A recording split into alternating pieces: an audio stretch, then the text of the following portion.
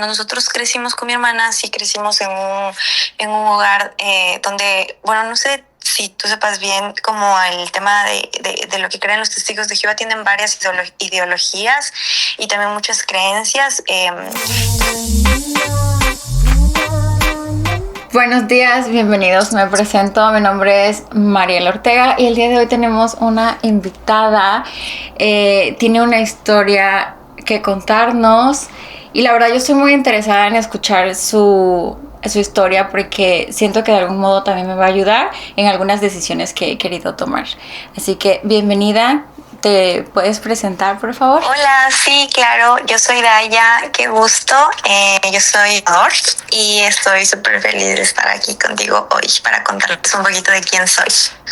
Muy bien, yo estuve mirando en tus redes sociales y eres maquillista profesional internacional, o sea que viajas a otros países. Sí, ahorita trabajo en Manhattan, me dedico a producir novias, hago peinado y maquillaje de novias y he trabajado con novias de muchísimos países. Sabes que es un trabajo súper bonito, me encanta, siento que es acompañar a una persona en un día súper especial, es súper bonito.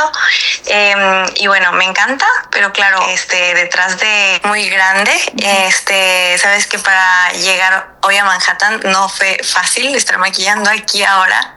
Justo recién terminamos Fashion Week y estaba como justo haciendo como un retroceso de ver todo lo que tuve que pasar para llegar a este momento, ¿no? Y me doy cuenta y digo como realmente no ha sido fácil. Compartirte mi historia. Sabes que yo para empezar nací en Quito, en Ecuador, en un barrio muy pobre, ¿sabes? Ese es un barrio de los más peligrosos de Quito. Vivía al lado de una quebrada donde la gente botaba basura, había ratas, en un lugar bien pequeñito con mi mamá, con mi hermana, vivíamos como en comunidad, vivía también mi abuelita, mis tías, mis primas, y venimos de un lugar de bastante carencia. Para empezar, creo que un lugar en el campo, ella nació en el campo y vino de un contexto de mucha violencia y también de mucha pobreza. Entonces, ella tuvo un papá alcohólico. Era una persona que tomaba muchísimo y era muy violenta cuando tomaba. Entonces nos contaba unas historias muy fuertes, así de que mi abuelo llegaba borracho en la madrugada, de que ellos a veces vivían al lado de un río y que tenían que salir y meterse en el río para que él no les encontrara, que les buscaba con un machete, o sea, situaciones súper fuertes. Entonces, cuando mi mamá tuvo 7 años, mi abuelo enferma, y se van como a la capital del Ecuador, que es Quito. Empiezan la vida igual desde allá, desde cero. Tú sabes que emigrar no es fácil, y más de ellos en una situación de bastante carencia. Mis abuelos tenían 7 hijos y se van con sus hijos. O sea, mi mamá me contaba de que llegaron a la capital sin zapatos, o sea, así como empezaron desde cero. Y claro, mi mamá creció en este contexto de mucha violencia, de mucha carencia, lastimosamente. Y cuando yo nazco, mis papás ya estaban separados. Tengo una hermana mayor de 4 años y, o sea, mayor a mí, con 4 años. Y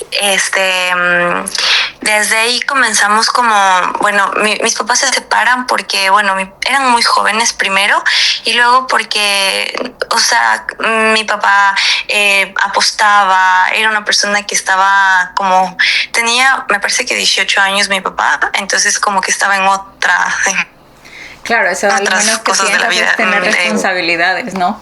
Exacto, y era mucho de que jugaba vóley, apostaba. Entonces, yo me imagino que, bueno, no sé bien qué pasó ahí, pero la cuestión es que ellos se separan y mi mamá se queda sola con 2 niñas, una recién nacida, otra de 4 años, y nada, le tocó hacerse responsable ella, porque te digo que mi papá también como que no fue la persona asistente. Entonces, yo me imagino que tal vez en este momento de tanta vulnerabilidad y tanta carencia, ella encuentra un lugar que en este caso es los Testigos de Jehová, y ella se aferra a esto muchísimo. Sabes que ellos son una organización que cuando tú llegas te abraza, te sostiene, se convierte en una familia realmente, porque incluso se dicen, ¿no?, como hermano, hermana, entre ellos, la persona que te da el estudio de la Biblia y que hace que te bautices, o sea, que te te acompaña en el bajo espiritual.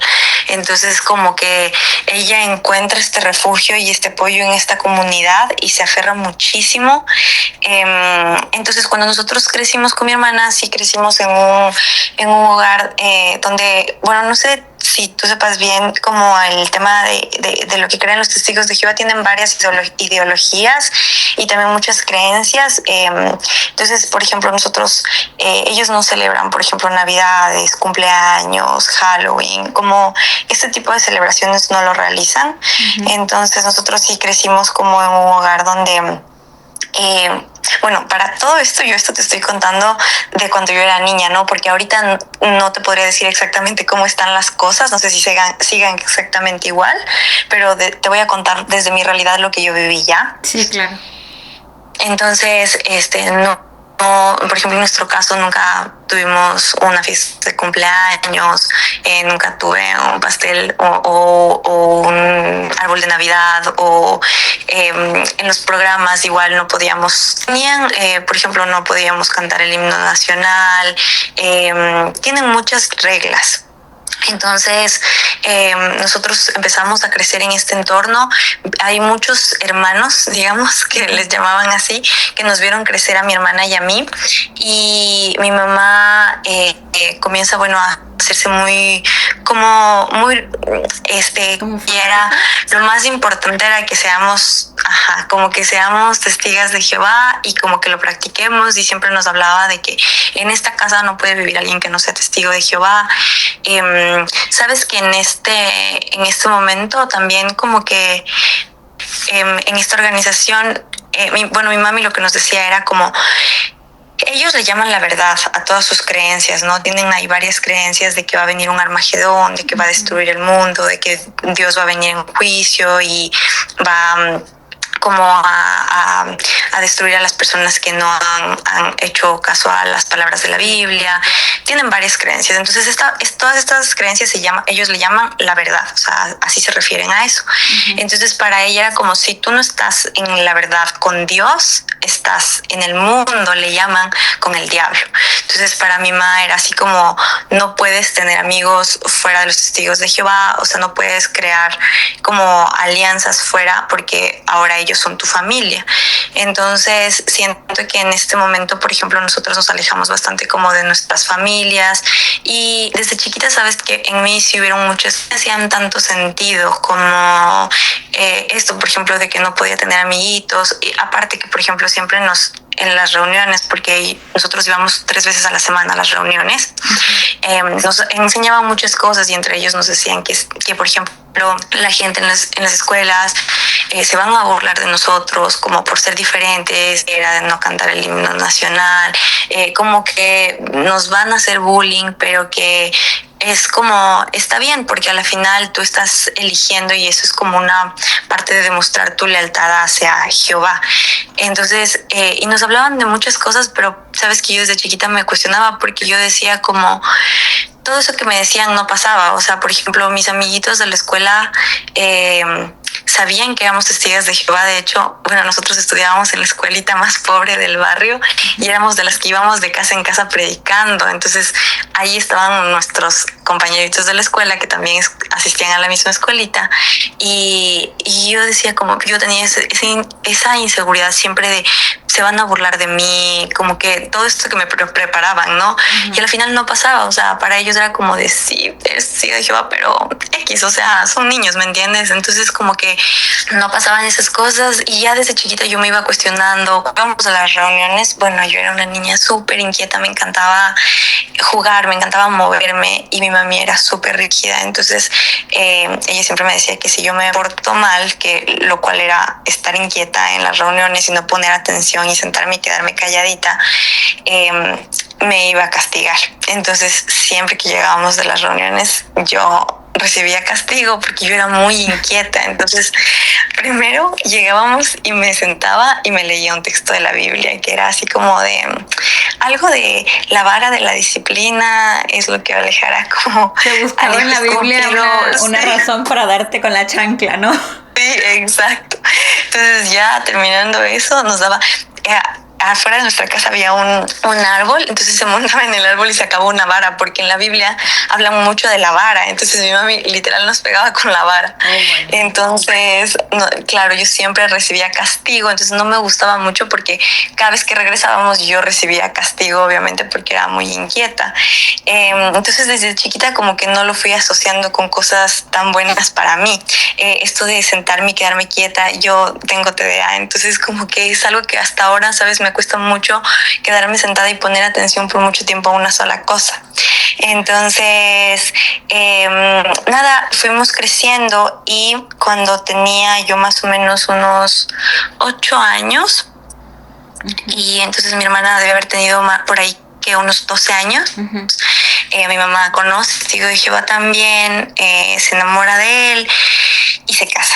Entonces, en este momento para mí fue como, yo estaba demasiado feliz, o sea, demasiado emocionada porque yo nunca había tenido una familia. Entonces, el hecho de pensar que iba a tener un papá era algo súper significativo, y más aún porque en la religión de ellos, o sea, en teoría son familias funcionales, amor. Sí. Entonces, como que yo... Lo que se ve en cada reunión que hacen, ¿no? Como que todo fluye perfectamente en cada familia.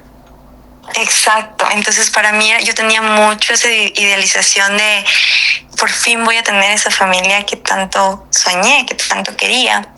Entonces, bueno, mi mamá se casa con él, una persona muy inteligente, muy metódica, un ingeniero, o sea, como que apenas ella se casó, salimos de vivir donde vivíamos, fuimos a un lugar mejor, y entonces para este tiempo mi hermana ya tenía como unos 12 años, pero entonces mi hermana ya comienza como a cuestionarse un poquito más y de decir como, yo sí quiero celebrar Navidad. Mi familia, por ejemplo, de mi papá, digamos, por ejemplo, celebraba Navidad, y pon tú, justo mi hermana me hacía acuerdo el otro día de, por ejemplo, una Navidad que nos mandaron los regalitos a la casa y mi mamá no nos dejó abrirlos, o sea, como que nos hizo devolverlos porque nos decía como que eso es de Satanás, ¿no? Y para nosotros como niñas era doloroso, porque imagínate que a un niño le des un regalo y luego le digas no lo puedes abrir, devuélvelo. Entonces ya mi hermana como que se comenzó a cuestionar, porque aparte mi mami era como muy estricta, entonces no le dejaba vestirse como ella quería, no nos dejaba ver televisión, no le dejaba, por ejemplo, a mi hermana tener pósters, porque le decía que eso es idolatría. Era muy, muy, muy estricta. Entonces ya llega esta etapa de mi hermana de tener 12 años y de decir como, yo quiero utilizar este pantalón, o yo quiero escuchar una música, o yo quiero festejar mi cumpleaños, cosas como estas, ¿no?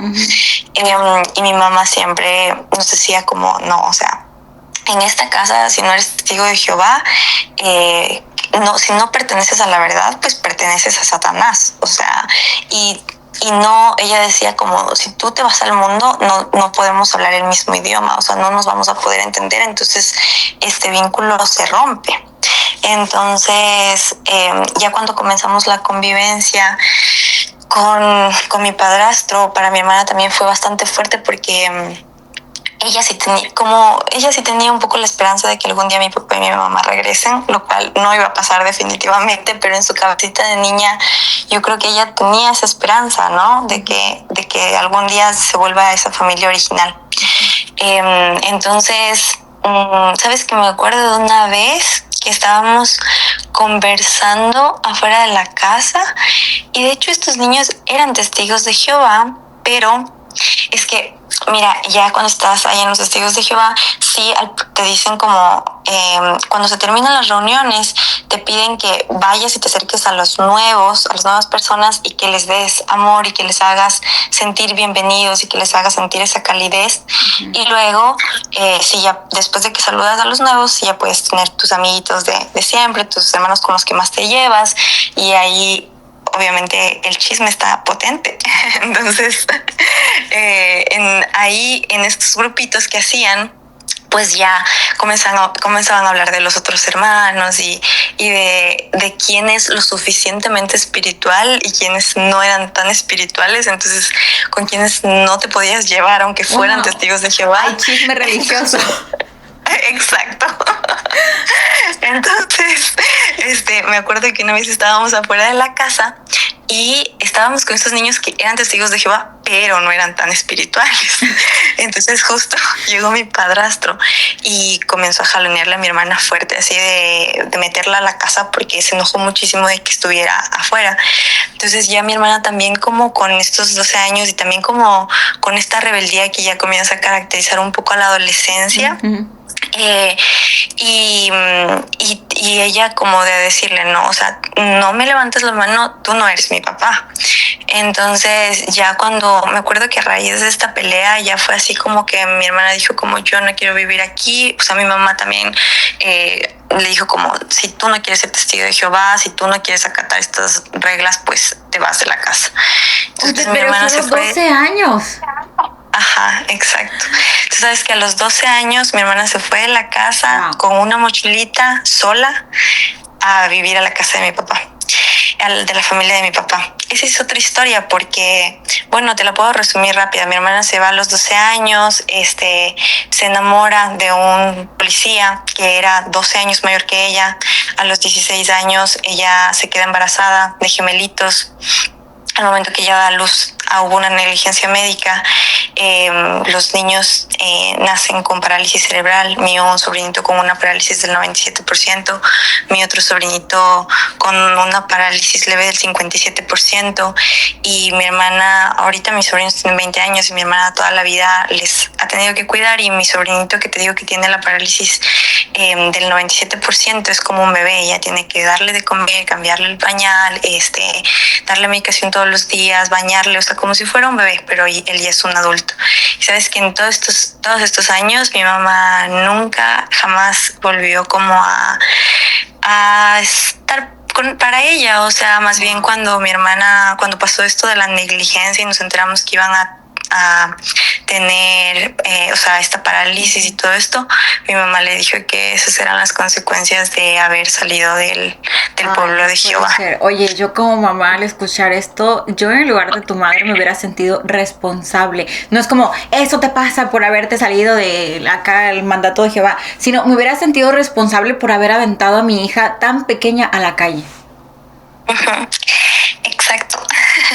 Entonces, bueno, mi hermana se va y bueno, la verdad es que eso para mí fue un golpe muy duro porque mi hermana y yo somos muy unidas y crecimos juntas y sabes, o sea, sí tuvimos una niñez difícil, de mucha carencia como te decía, y mi mamá cuando éramos más pequeñitas tenía que salir a trabajar y siempre estuvimos las dos, o sea, siempre fue como mi equipo. Entonces cuando ella se va así, a mí me afectó muchísimo. Tengo muchos recuerdos así de llorar horas en la ventana esperando que ella regrese y así.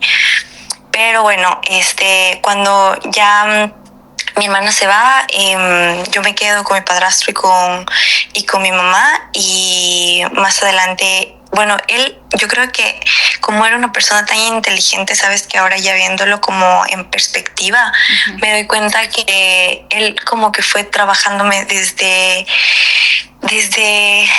mucho tiempo atrás, porque, o sea, de forma muy sutil, ¿sabes? O sea, él al principio era muy cariñoso, era el papá ideal, o sea, era generoso, era una persona atenta, respetuosa, y poco a poco se fue ganando mi cariño. Entonces, claro, para mí fue siendo normal, o sea, se sentía normal que él ya me vaya abrazando, me toque el cabello, o sea, este tipo de cosas que tú como niña, o sea, es como una interacción padre-hija, dirías tú, ¿no? Y sabes que incluso en o sea, recordando como en estos grupitos del chisme que te digo religioso, me acuerdo que las hermanas siempre me preguntaban, o sea, a mí como yo era la más chiquita y muy habladora, muy conversona, como que trataban de sacarme el chisme, y me acuerdo que siempre me preguntaban, ¿y cómo es él en la casa? ¿Y cómo se porta? ¿Y cómo le trata a tu mamá? Y así, y yo me acuerdo que yo decía como, él es mejor que, o sea, él es la mejor persona, él es mejor que mi papá, yo lo amo, o sea, yo estaba súper feliz y agradecida de tenerlo como papá, digamos, en mi vida. Y bueno, él poco a poco va como haciendo estas cositas que te digo que yo no me di cuenta, hasta que, bueno, ya más adelante mi mamá se quedó embarazada y tuve a mi hermanito, que para mí, sabes que fue una bendición, porque en este momento que te digo que yo pierdo a mi hermana y que estaba así como tan vulnerable y todo, que un bebé llega a la casa, tú sabes que los bebés son hermosos, son lo mejor, entonces como que yo estaba súper feliz de tenerlo a él, súper agradecida. Y como que dormíamos mi hermanito y yo en un cuarto, y mi mamá y él en otro cuarto, pero para pasar al cuarto de ellos había que pasar por nuestro cuarto. Entonces, yo, ahora que ya soy adulta, así como regresando al tiempo atrás, como que me doy cuenta de señales como de que ponte, yo me despertaba y yo lo veía viéndonos así en la noche, dormir, pero como que en ese momento, como eres niño, pues no sé, como X, ¿no? Hacía cosas como, claro, que nos iba a acostar a dormir, y a leer el típico cuento que les cuentas a los niños, y yo al lado de su hijo, o sea, de mi hermanito, y me acuerdo que me acariciaba el cabello, entonces comenzaba como a acariciarme la espalda, digamos, debajo de la camiseta, y así, poquito a poco, que yo, o sea, como te digo, o sea, con esta mentalidad de niña, ¿no? Hasta que yo creo que el momento en que yo me di cuenta que esto no estaba bien y que no era normal, fue una noche que me desperté porque él me estaba metiendo la mano en los genitales, o sea, dentro del interior. Bueno, no sé hasta, o sea, qué tan específica puedo ser en el podcast, pero bueno, tal vez no soy tan específica, pero me estaba manoseando, digamos. Y para mí fue como, en ese momento fue como no entender, o sea, parálisis, no reaccionar, o sea, como solo mi corazón latiendo a 1000 y saber que estaba mal, pero con miedo, pero no sé, o sea, es que como que te paralizas, que no sabes qué hacer, porque obviamente yo también lo viví, también lo sé, y sabes que no quieres que siga, pero no sabes cómo detenerlo, y no sabes si gritar sea una buena idea también. Exacto. Sabes que justo yo he hablado con varias personas, o sea, yo he escuchado así como de personas que cuando dan su testimonio, yo veo que hay personas que les ponen como, pero ¿por qué no hablaste hace rato? ¿Pero por qué no gritaste? ¿Pero por qué no hiciste esto? Y sabes, yo solo pienso y digo como, sabes, me alegra que no pueda entender, porque el hecho de que no pueda entender significa que nunca tal vez vivió un abuso sexual. Entonces, porque si tú has sido víctima de un abuso sexual, tú puedes entender esa reacción de parálisis, de no saber cómo actuar, de confusión, de miedo, pero a la vez saber que eso no está bien, no sé, o sea, como son muchas cosas. Y de hecho, por eso al momento yo a veces, a veces me pregunto yo misma, bueno, ¿y por qué no grité? ¿Por qué no hablé? ¿Por qué no le quité la mano? Porque, o sea, hasta uno mismo a veces se recrimina el no haber hecho nada en ese momento, y no es justo, la verdad. Sí, pero sabes que justo por eso es un delito, porque a la final un abuso sexual te rompe, o sea, es tanto que incluso hay muchas personas que se disocian, que tu cerebro se apaga porque es muy difícil para el cuerpo humano atravesar por esta clase de abusos. Entonces, o sea, incluso tu cerebro se disasocia porque no lo puede resistir, o sea, de forma consciente. Es un tema muy, muy fuerte el tema de abuso sexual. Entonces, bueno, sabes que yo no le dije a mi mamá, o sea, como que hace rato no le dije a mi mamá, porque tal vez tenía miedo, y también tal vez no confiaba lo suficientemente en ella, pero sabes que después igual el tiempo, bueno, ya les voy a contar, pero bueno, en ese momento no hablé, pero sí le dije que me cambiara de cuarto porque había un cuarto que estaba cerrado con llave, o sea, que podía cerrar con seguro. Entonces le dije que me cambiara de cuarto y que ya no quería dormir más con mi hermanito. Entonces mi mamá me cambia de cuarto, pero sabes qué sigue pasando, él comienza a forzar la cerradura del cuarto, o sea, como forzaba con un cuchillo y entraba al cuarto, ¿no? Y o sea, ahora hay muchas cosas que no sé si te pasa que ya viéndolo como adulta, hay muchas cosas que tú dices, pero ¿cómo? O sea, no sé, pon tú, ahora que yo pienso en esa chapa, se iba desgastando todos los días y se veía como que, o sea, se iba dañando. Y yo digo, no sé, ahora yo como adulta, si yo veo que hay un niño que está en un cuarto y que esa chapa todos los días se está como desgastando y literal como era madera, como cortando la madera, no sé, o sea, yo pienso y digo como, claro, hay cosas que tú no sabes. Como padre bueno, te pones a pensar, o sea, ¿por qué está pasando esto? Yo como mamá ando viendo a ver por qué no cierra este seguro, porque la cama está de tal modo. Incluso yo a veces veo la ropa que la doblé de una manera porque la revolvieron de otra, ¿sabes? Ajá. Sí, entonces, pero bueno, sabes que él, bueno, yo comienzo a tener una época como de rebeldía, obviamente por todo esto que estaba pasando, y en ese momento yo estaba estudiando. Yo siempre fui buena estudiante, pero tuve ya en esta época que te digo que empezó a pasar todo esto, empiezo a tener problemas con una materia que era dibujo técnico. Y para mi mamá, como lo más importante, o sea, como que te inculcan mucho en la religión que lo más importante es que tú puedas servir a Jehová y que puedas predicar a la mayor cantidad de gente posible para salvar sus vidas del Armagedón. Entonces, por eso ellos tienen que hacerlo con tanta urgencia, porque están salvando tu vida, ¿no? Entonces, bajo este parámetro, para mi mamá no era importante que yo estudiara. De hecho, ella como que le daba igual. Para ella su sueño era que yo me vaya a servir a Betel, que es un lugar, bueno, no sé si todavía sea así, pero era donde jóvenes voluntariamente iban y se dedicaban todo el día únicamente como a organizar, a la logística de las publicaciones, de todas estas cosas, asambleas, todos estos encuentros que hacen y todo eso. Entonces yo comienzo a tener problemas en esta materia y me mandaron a llamar a mi mamá. Que yo digo, también ahora digo como que esa también era una señal, ¿no? De que estás, o sea, siempre he sido buena estudiante, pero empiezo a fallar y me mandan a traer representante. Pero mi mamá fue como ella, no, como no, te digo que para ella no era importante, ella no iba a ir y ella siempre fue desde que yo me acuerdo tener uso de razón, ella siempre me decía como, tú verás cómo pasas, tú verás cómo haces tus deberes, tú verás cómo cumples en el momento en que tú tengas una mala nota o que pierdas el año o lo que sea, yo te saco. Entonces, claro, en el momento que yo le dije que me habían mandado a llamar representante, o sea, obviamente a ella no le interesaba y yo termino saliéndome del colegio.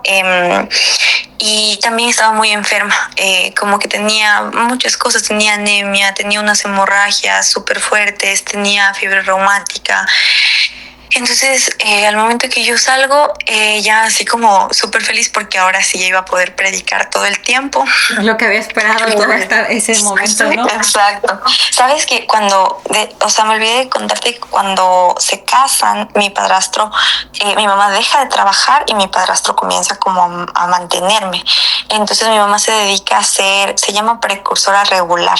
Entonces ella tiene que cumplir una cantidad de horas al mes, que no recuerdo cuántas, pero ella tiene que predicar todos los días y cumplir esta cantidad de horas. Ellos son súper organizados, entonces tú tienes que pasar un informe, bueno, no sé cómo sea ahora, pero tenías que pasar un informe de por ejemplo, si diste un estudio, cuántos minutos fue ese estudio, si entregaste una publicación y así todo, y les tienes que pasar a ellos, todos les tienen que entregar sus informes todos los meses. Entonces mi mamá ya estaba súper feliz porque quería que yo también me haga precursora. Pero yo no, o sea, yo, como te digo, nunca me conecto realmente el tema de la religión. Y en esta época, entonces yo comencé como a hacerme cargo de mi hermanito. Entonces yo lo iba a dejar a la escuelita, le iba a traer, le ayudaba con sus tareas, como que estaba muy, muy pendiente de él. De ahí, como que hubo esta época que te digo que estuve muy rebelde, yo estaba como muy enojada, y para esta época mi mamá, como ¿te acuerdas que te había contado que cuando mi hermana tuvo 12 años fue donde mi papi? Mi mamá se da cuenta de esto, que cuando mi hermana tiene 12 años dice, yo no quiero la religión, y mi familia le dice, ok, si no quieres, ven a vivir acá. Entonces, ella cuando vio esto comenzó a alejarme de mi familia, tanto de mi familia de mi papá como de mi familia de mi mamá. Ella siempre me decía muchas cosas muy feas de ellos, que yo voluntariamente yo no quería acercarme a ellos por todas las cosas que ella me contaba, ¿no?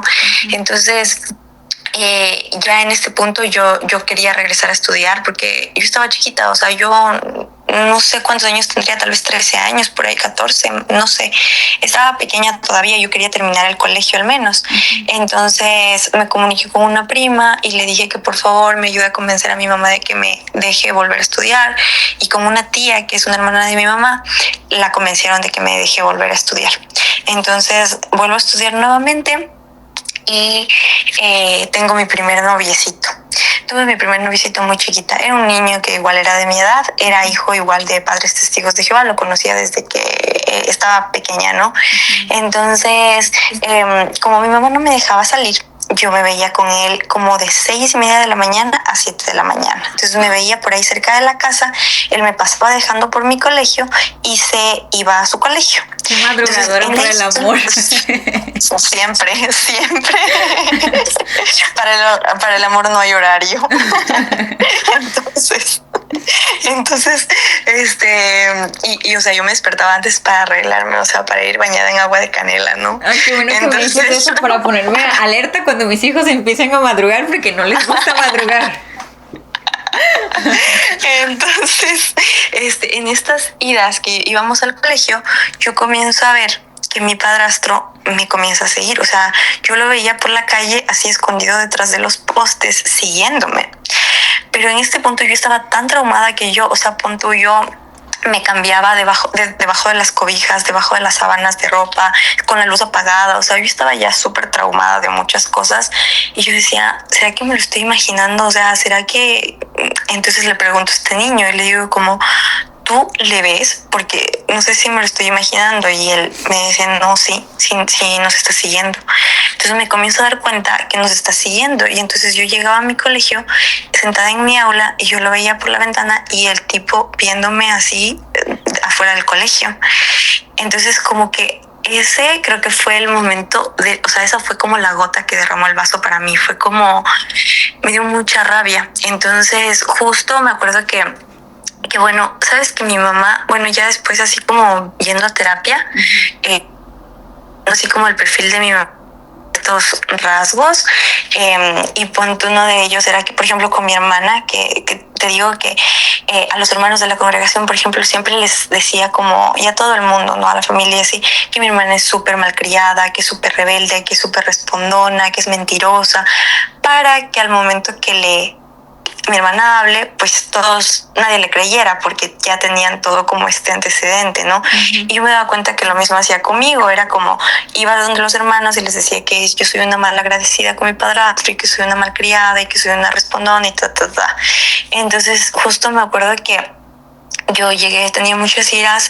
y ella me comienza a decir esto, ¿no? De que soy una mal agradecida con mi padrastro, de que todo esto, y yo le exploto y le digo así, de una, le digo como, sí, tu esposo está abusando sexualmente de mí, así súper clara, ¿no? En ese momento ella comienza a llorar, comienza a decir como, bueno, no puede ser que esto le esté pasando a ella, que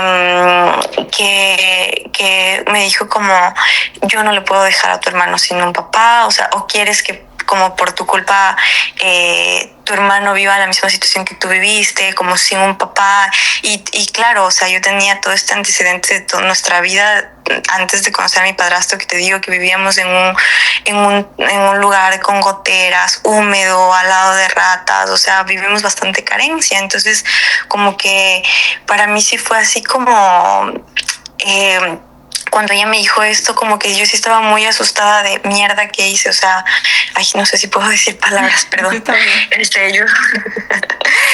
Yo no sabía, así como dije, bueno, la cuestión es que ella lo confronta a él, y le dice que yo le dije tal cosa, y me llama para hablar y me dice, junto con él, y él me dice, ¿sabes qué? Tu mamá me contó que le contaste, te quiero pedir una disculpa y te quiero decir que no va a volver a suceder. O sea, que no lo negó. Entonces, no. Entonces, yo como, ok, o sea, yo pensé, en realidad, es que, ¿sabes? Porque, o sea, yo ni siquiera te puedo decir que lo odiaba, o yo solo quería que pare, ¿me entiendes? O sea, yo ni siquiera quería que mi mamá se divorcie. Yo en ese momento no sé, solo quería que no lo haga más. Entonces, él me dice esto y yo, ok, como le creí, pero no pasó. Tú sabes que es muy difícil que una persona de este perfil cambie. Entonces siguió pasando, y sabes, hay muchas otras cosas, o sea, punto, yo ya como que yo quería dejar de, y sabes, hay algo que también para mí fue fuerte porque, verás, a mí cuando yo juré la bandera, yo me bauticé muy chiquita, entonces ellos también te dan castigos, o sea, en los testigos de Jehová, si tú haces algo mal, pierdes privilegios, te pueden censurar, que se llama, que no puedes comentar, que no puedes predicar, y si te expulsan, ya dejas de ser el testigo de Jehová hasta que hagas un proceso de perdón para que ellos te perdonen y te vuelvan a reintegrar. Eso pasa cuando cometes una falta, entonces ellos te hacen un juicio, un comité judicial y así, ¿no? Entonces a mí me hicieron un juicio porque yo juré la bandera y me censuraron. Entonces, sabes que yo hablé con los ancianos, que son como los que están a cargo de la organización de los testigos de Jehová, y yo dije como, obvio, o sea, si a mí me censuraron, obvio a él le van a expulsar, ¿no? Si a mí por saludar a la bandera me hicieron esto. Y sabes que hablé con ellos y les conté lo que estaba pasando. Fue horrible porque este comité que supuestamente te hacen preguntas súper, o sea, te revictimizan. Bueno, en mi caso me revictimizaron muchísimo, fue súper feo, y a la final me dijeron, como sabes, hablamos con él y él está muy arrepentido, entonces no va a volver a pasar. Lo que te vamos a pedir es que por favor no le cuentes esto a nadie, porque si tú le cuentas esto a alguien, tú vas a causar que las personas se alejen de la verdad, o sea, como que se alejen de los testigos de Jehová. O sea, ni lo castigaron. Él se merece una expulsión, ¿no? Porque eso es algo muy malo que hizo. O sea, demasiado. Eso es un delito, o sea, ese es un delito para estar en la cárcel. O sea, yo ahora que como adulta lo veo, para mí es como, ¿qué? O sea... A mi esposo lo expulsaron porque fumó cigarros. ¿Ves? O sea, no. Y era un adolescente en ese tiempo, él creo que tenía como unos 10... No, ya creo que tenía 20 o 21 cuando él fumó cigarros, pero él dice que lo hizo a propósito para que lo expulsaran.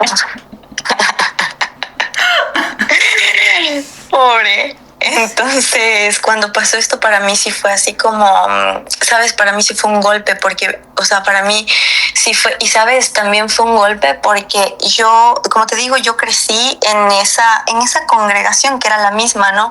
Y hubieron muchas personas que me vieron crecer.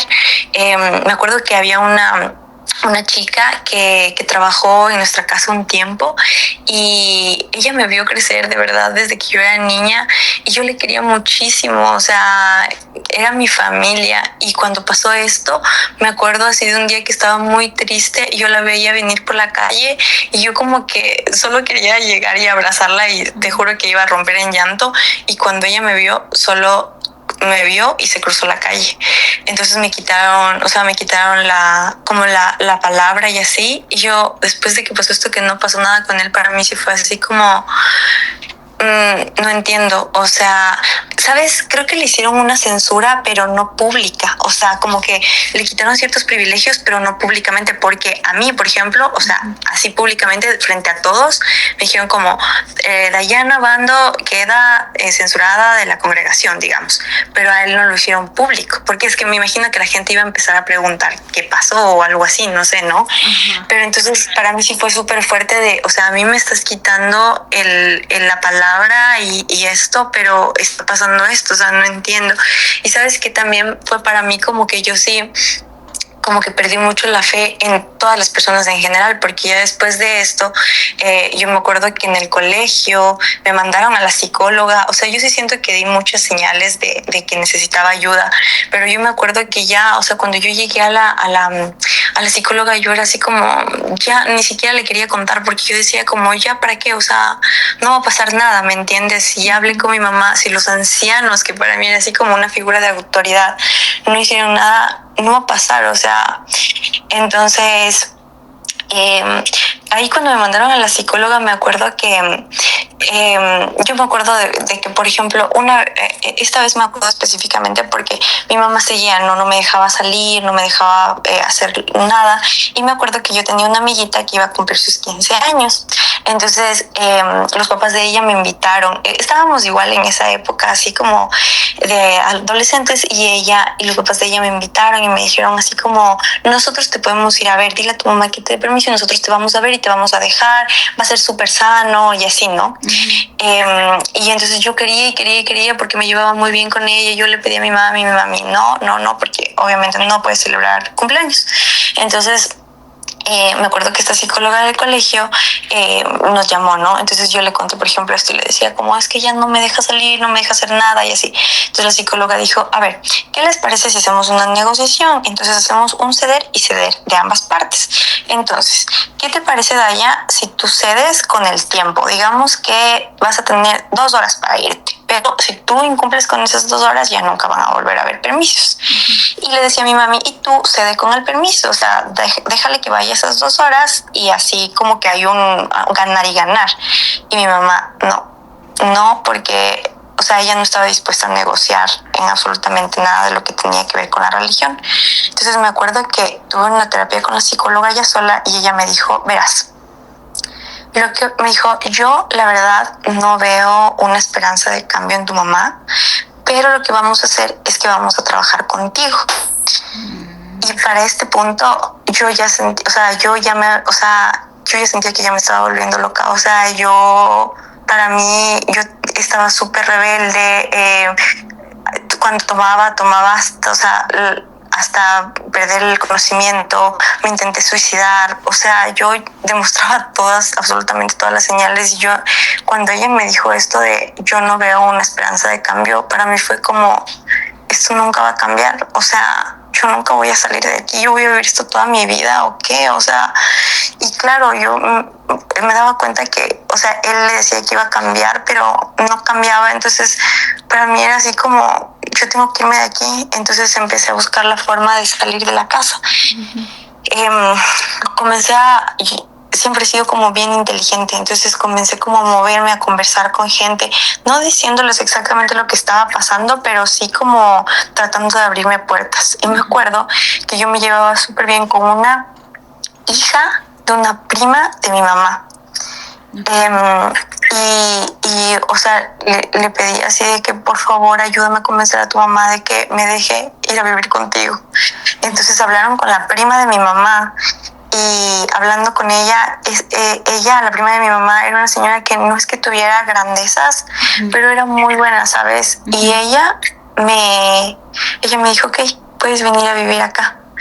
Me dijo como, no tengo para pagarte, por ejemplo, estudios, o sea, lo que te puedo dar es techo, comida, mientras estés aquí dentro de la casa. No es que te va a faltar, pero sí como que yo generar para yo poder pagar mis cositas, ¿me entiendes? Sí. Y para mí fue como, gracias, o sea, es todo lo que necesito. Me acuerdo que empaqué mis pocas cosas, mi ropa así en fundas de basura.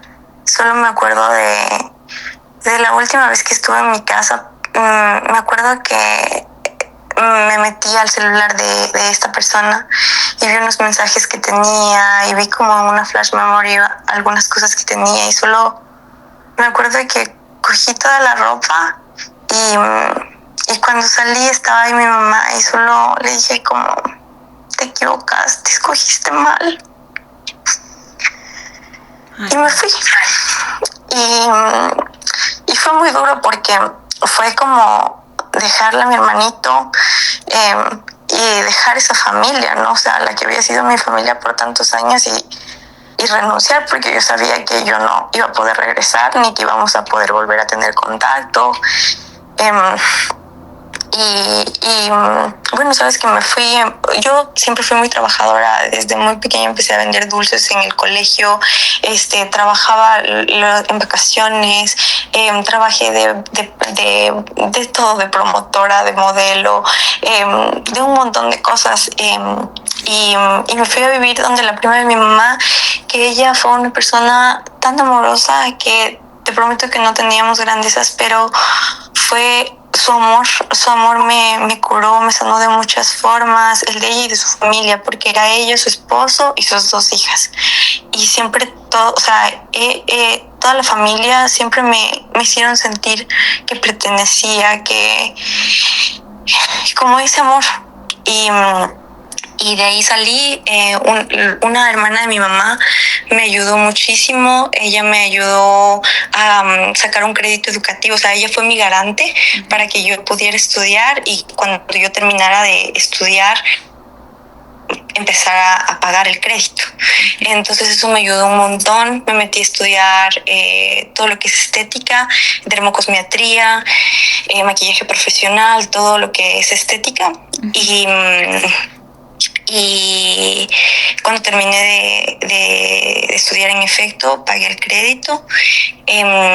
Y ya después de eso, siempre he sido súper trabajadora, entonces me fui abriendo caminos.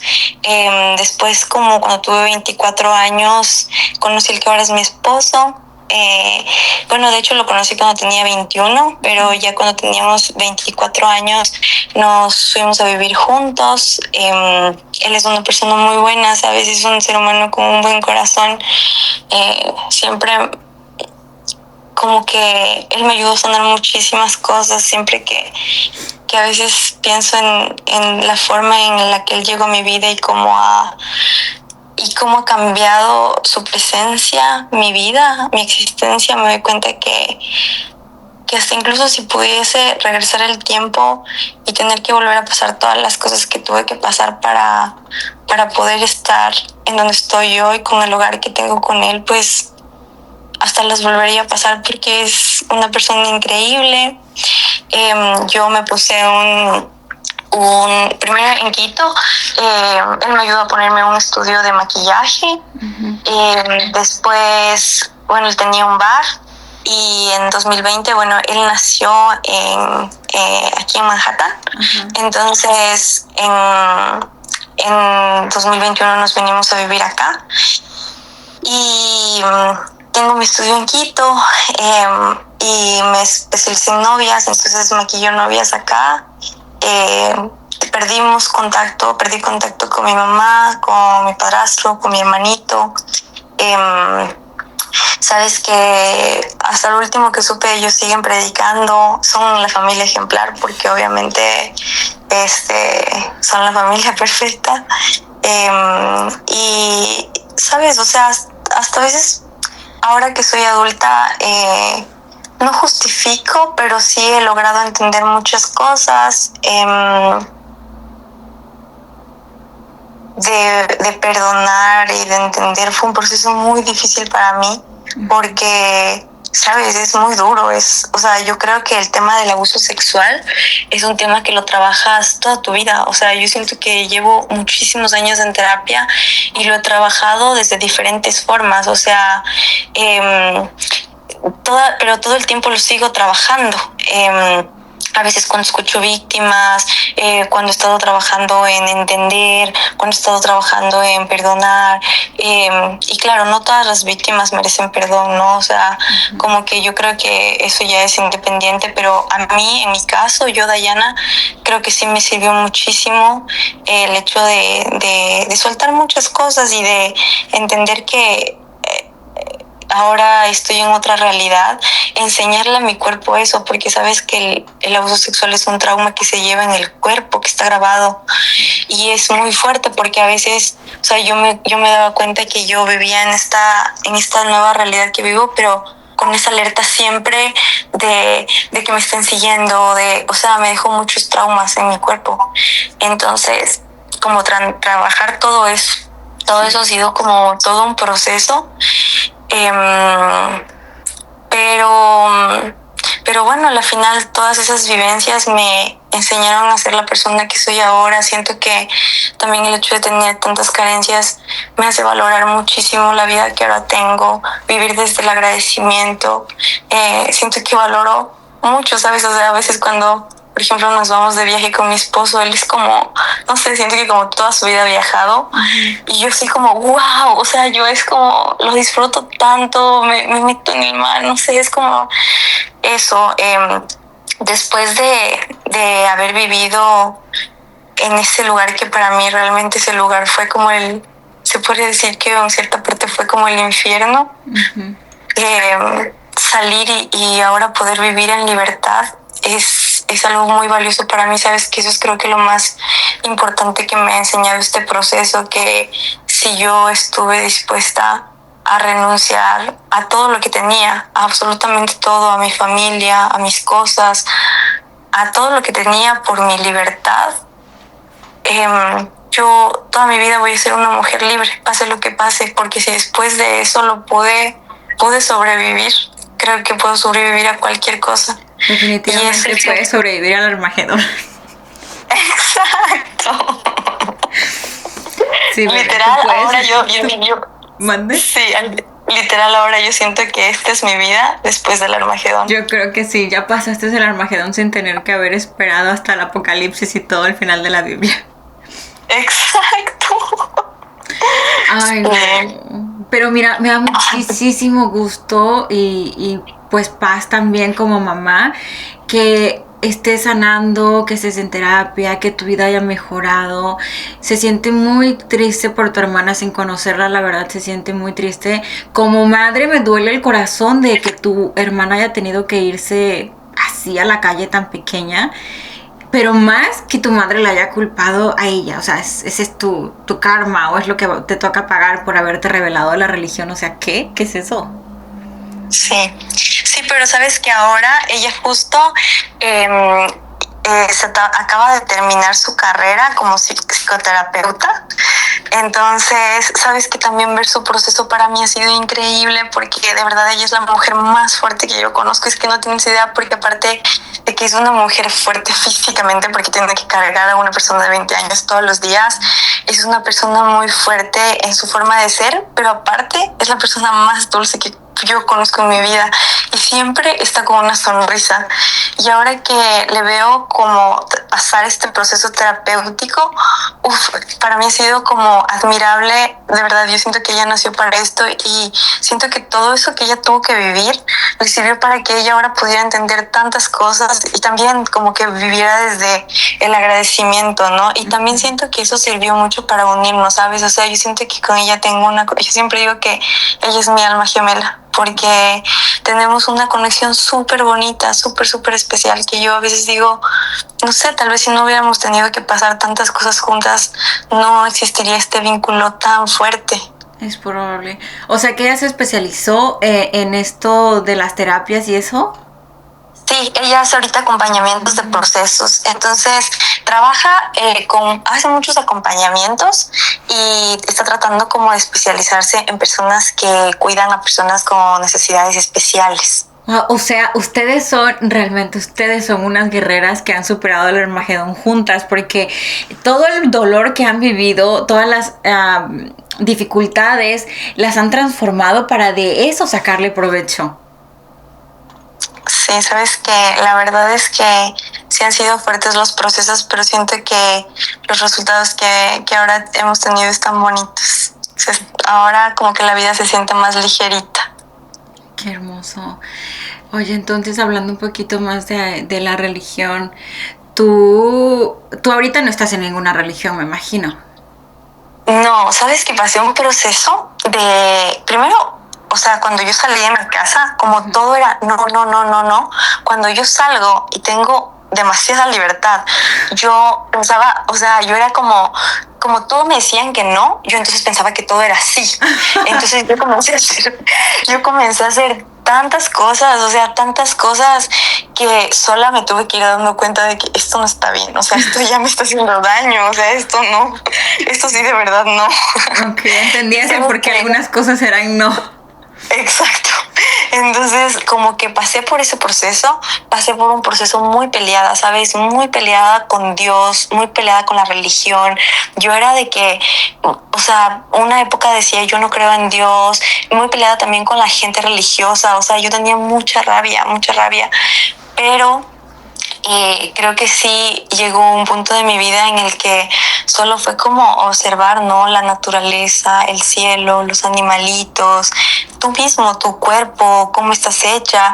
Y, o sea, para mí ese fue un punto de decir, o sea, yo no creo que esto sea todo lo que existe, o sea, de ley existe como o sea, lo que creó todo esto, obviamente es algo que es como demasiado, ¿me entiendes? Y aparte, sí, y aparte es como no solo es alguien creativo en cuanto a diseño, sino también viendo, por ejemplo, un bebé, viendo un cachorrito, te das cuenta que también es amor. Entonces, como solo observar me hizo como darme cuenta y entonces comencé a hacer mucho las paces con esta parte espiritual mía, como de hacer meditación, de conectar con mi respiración, de hacer terapia, de entender cómo funciona la mente humana, también en tratar de entender por qué mi mamá es como es, como en tratar de entender por qué las personas son como son. Y luego cuando ves toda su vida, también entiendes muchas cosas, ¿no? Uh-huh. Pero sabes que ahora sí siento que estoy en un momento de mi vida en el que no soy una persona religiosa, uh-huh, pero sí me considero bastante espiritual. O sea, sí siento que todos los días me tomo, por lo menos en la mañana y en la noche, me tomo unos 20 minutitos para respirar, para conectar conmigo, para ver qué ha pasado, para hacer terapia psicológica, darme estos momentos de conexión conmigo mismo. Siento que me ha traído bastante paz, bastante estabilidad, aprender a regular mis emociones, aprender esto que te digo del cuerpo, cómo llevamos el trauma en el cuerpo, entonces como yo misma aprender a regularme, a regular a mi niña interior, a volver al presente. Esas cosas me han servido bastante. Ah, ok. Entonces yo también estoy en el mismo canal porque igual yo estuve estudiando un año la Biblia con los testigos, pero ya en el momento en que empezaron a insistirme para bautizarme, yo ya no estaba segura porque tengo 2 niños pequeños y a ellos les gusta festejar su cumpleaños. A veces se los festejo 2 veces al año porque son desesperados y no quieren esperar hasta octubre.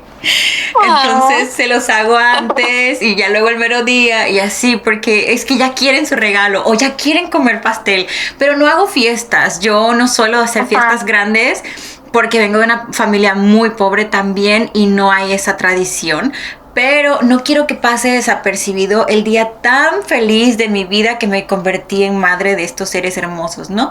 Y aparte darles sus regalos a ellos. Entonces yo siento de que, ok, me gusta esto de la religión, me gusta esta espiritualidad, pero si eso va a atentar contra la felicidad de mis hijos, creo que por el momento no estoy lista para bautizarme, porque tampoco quiero pues a mis hijos prohibirles cosas solo por lo que yo quiero creer y yo quiero que ellos crezcan libres y decidan en el camino si quieren pertenecer a alguna religión, quieren ser espirituales o qué es lo que quieren hacer. No les quiero obligar a que crean lo mismo en lo que creo yo. Entonces eso de la Navidad, de los cumpleaños, el Halloween sí no lo festejo porque la verdad soy miedosa y a mí me da miedo eso, pero todo lo demás no les quiero prohibir a mis hijos. Entonces sí me tomé un descanso de los estudios de la Biblia y a mi suegra esto como que la cambió un poco. Nos llevábamos muy bien todo el tiempo que yo estuve estudiando con los testigos, pero ya cuando decidí tomarme un descanso, ella cambió mucho.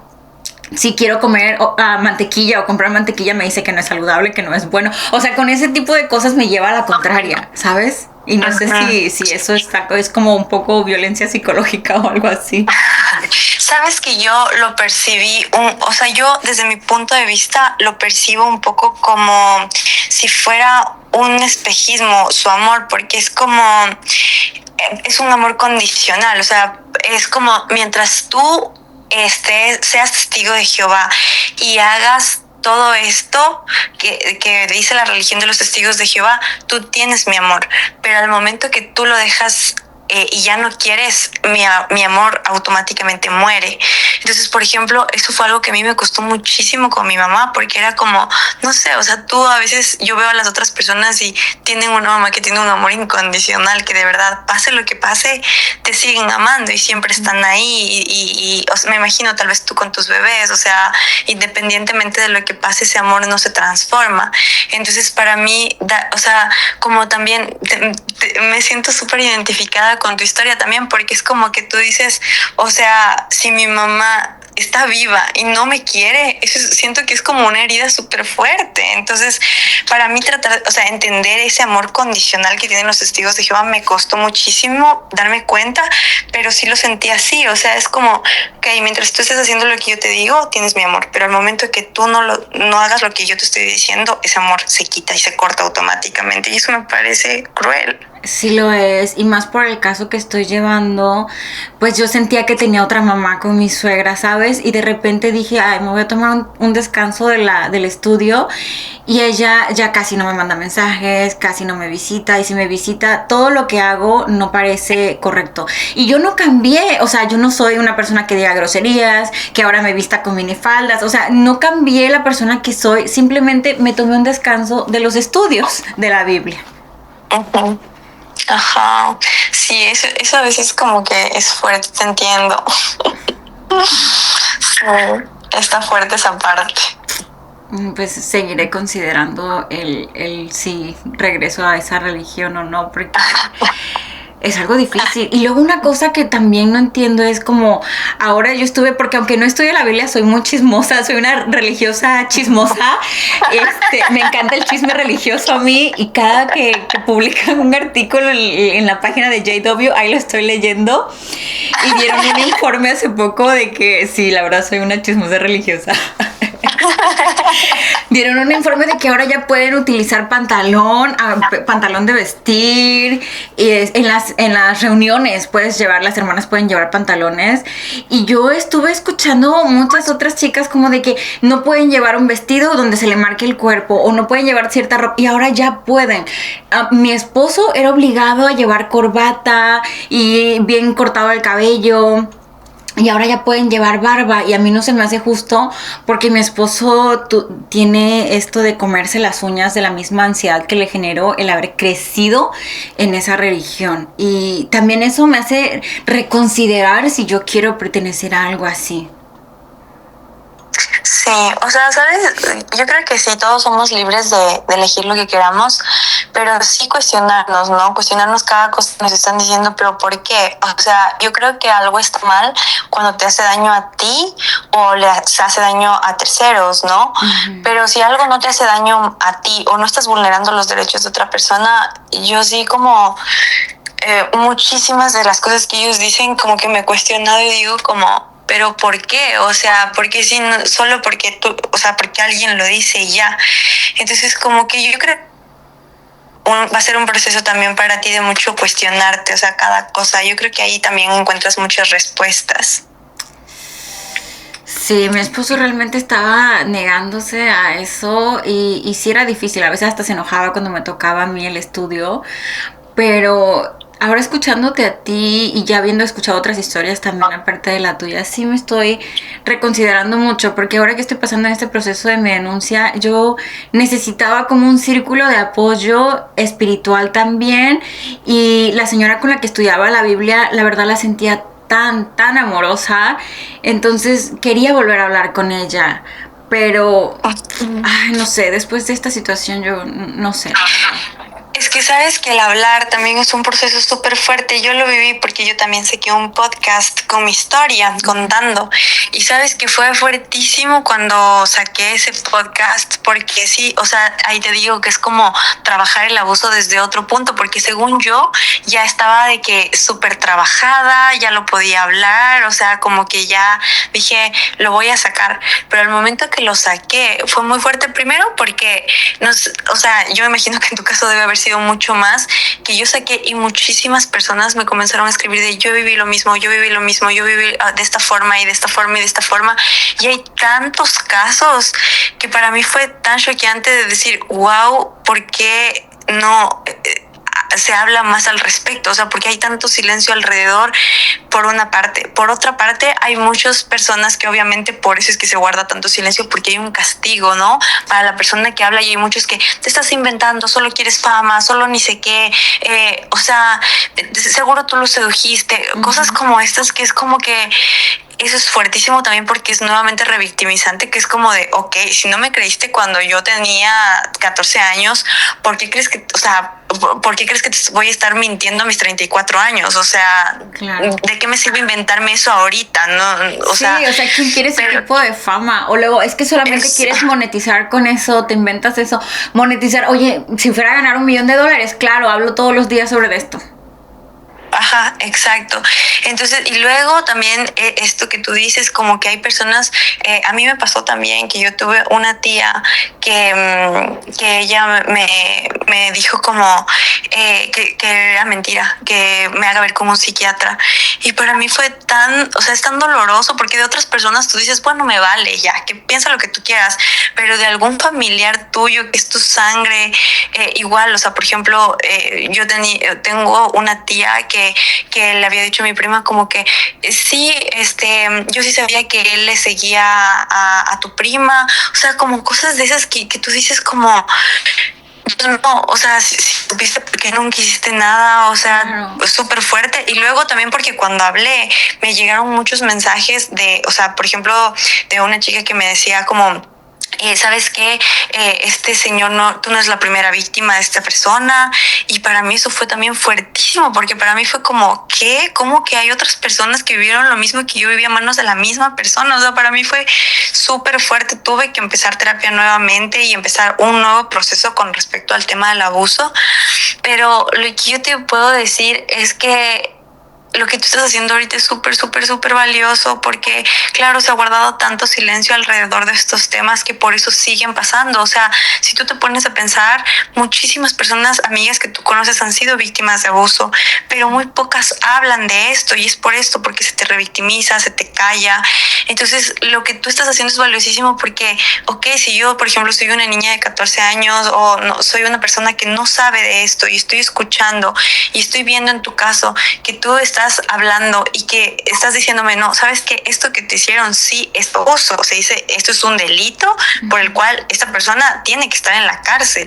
Yo ya sé que si algún momento yo tal vez por AV me puedo exponer, yo voy a hablar, yo voy a parar, yo voy a llamar a la policía, yo voy a, no sé, es información. Mientras más información hay, más la gente se puede informar y más como que evolucionamos como sociedad. Entonces, lo que tú estás haciendo es importantísimo. O sea, yo sé que es muy desgastante y no te corresponde, la verdad, después de todo lo que has vivido, no te corresponde luchar esta guerra, pero el hecho de que lo estés haciendo es admirable, porque claro, tú ya has vivido demasiado, que no te mereces tener que estar luchando como lo estás haciendo. Sin embargo, esta lucha no es en vano, porque hay muchas personas que te están viendo y que vas a evitarle esa realidad a muchas personas, tal vez a muchas mamás hasta pendientes de sus hijos, de que no vuelva a pasar, o sea, ya con la información se puede hacer muchísimas cosas. Sí, y en cierto modo también como que es parte de mi proceso, mi terapia también, porque el hablarlo, siento que de alguna manera esa voz mía hablándolo fuerte le dice a mi interior que la estoy cuidando, que yo la estoy protegiendo, porque no tiene una mamá que la cuide, que la quiera, pero estoy yo para cuidarme a mí misma y me da valor, ¿sabes? Y lo que me decías de la comunidad, que claro, en estos momentos obviamente necesitas sentirte sostenida, sentir que alguien te escucha, porque claro, estás luchando, entonces el hecho de que alguien te haga el soporte sirve muchísimo. Entonces, claro, obviamente te entiendo tu parte de tal vez querer contar con una comunidad, pero sabes que también hay muchas personas buenas que también pueden ayudarte y acompañarte en este proceso. Claro, obviamente es tu decisión, ¿no? Uh-huh. Pero si quieres hacerlo, también está disponible. O sea, no estás sola. sí hay muchas personas que tal vez puedan sentir lo que tú estás sintiendo, como en mi caso, que por ejemplo yo me sentí tan identificada con lo que tú decías, y claro que no sé, o sea, no puedo entender tu situación al 100% porque no he pasado por algo así, pero he pasado por algo similar y más o menos puedo entender lo que podrías estar sintiendo y tal vez lo que podrías necesitar y cómo acompañarte. Sí, es que como, pues nadie de mi familia, bueno, solo una tía, pero mis hermanas, que es con las que esperas que tengas más apoyo, mis hermanas al contrario, están haciendo un montón de cuentas para atacarme, burlarse, para decir que es mentira, que me gustaba, que ellas estaban ahí, veían como a mí me gustaba, entonces eso duele. Ya no sé si me duele ahorita más lo que me pasó de niña o que mis propias hermanas me den la espalda. Y mi madre en prisión ni siquiera quiere apoyarme. Se le hizo una pregunta por medio de mi abogado si ella estaba dispuesta a pues apoyarme a denunciar también el delito, ¿no? Ella dijo que no tenía nada que hablar al respecto. Entonces todo eso duele y ya no sé qué es lo que me está doliendo más ahorita, quemándome el alma, si es todo ese abandono de mis hermanas y mi madre o lo que realmente me pasó de niña, ¿sabes? Estoy confundida ahora. Sí, claro, es fuertísimo porque te vuelven a revictimizar, o sea, es como, ok, si no creyeron a tu niña, ¿por qué te estarías inventando tú ahorita? O sea, ¿qué necesidad tienes de inventarte una historia así, me entiendes? Sin embargo, te siguen diciendo, es mentira, no es cierto, o te gustaba, o tú lo provocaste, o todo este tipo de cosas cuando una menor de edad jamás puede consentir, porque ni siquiera está terminado de formar sus conexiones, o sea, es un delito por donde lo veas, o sea, no hay otro nombre. Así es. Ay, bonita, pues te agradezco muchísimo el que hayas tomado el tiempo para platicar aquí conmigo. A mí me ayuda muchísimo también estar hablando con otras personas sobre estas experiencias, porque ves la vida de otra manera. Al menos me has motivado el día de hoy con la historia tuya y la de tu hermana, a que puedes resurgir de las cenizas prácticamente, puedes el dolor transformarlo en poder, en superación.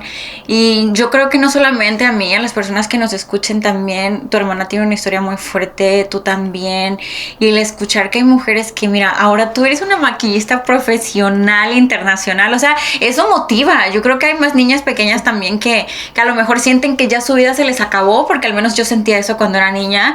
Yo sentía ya ningún hombre me va a querer, ya no valgo para nada, ya no soy virgen, ya no sirvo, o sea, mi vida va a ser esto. Y o sea, no, mira, tengo un esposo que me ama, tengo 2 hijos bellos, tú tienes una vida hermosa, bueno, a lo que se puede ver, ¿verdad? Obviamente con sus altas y sus bajas, pero eso motiva a seguirle echando ganas cada día cuando a veces no quieres ni levantarte. Gracias, qué hermosas palabras. Igual la admiración es mutua, yo también te admiro muchísimo por ser tan valiente, aparte por levantar tu voz, que se merece justicia y por todo lo que estás haciendo, porque de verdad tú no tienes idea de cuántas vidas estás tocando. Qué bonito poder conversar también contigo. Muchas gracias. Y también estoy aquí para cuando quieras, si es que quieres conversar o si solo quieres llorar o si solo quieres hablar de cualquier otra cosa, pues igual quiero decirte que estoy aquí si es que en algún momento lo necesitas. Ay, te lo agradezco mucho. Igual, aquí tienes una amiga, si vienes a maquillar hasta Corea, aquí te recibo con mucho gusto. Me encantaría. Bueno, igual tú si vienes a maquillar. Ay, no, yo no puedo cruzar. Muchísimas gracias, de verdad. Cualquier cosa me puedes mandar mensaje, ¿ok? Muchísimas gracias, Daya, por estar aquí. Muchísimas gracias por tu experiencia, gracias a todas por tomarse el tiempo de escucharnos a nosotras también. Y bueno, les voy a dejar las redes sociales de Daya para que vayan a seguirla, su Instagram, porque pues ella ahorita se dedica a esto de maquillajes para novias. Si alguna de ustedes necesita de sus servicios, pueden contar con ella. Les agradezco nuevamente habernos escuchado. Nos vemos en un siguiente video. Nos vemos, bye.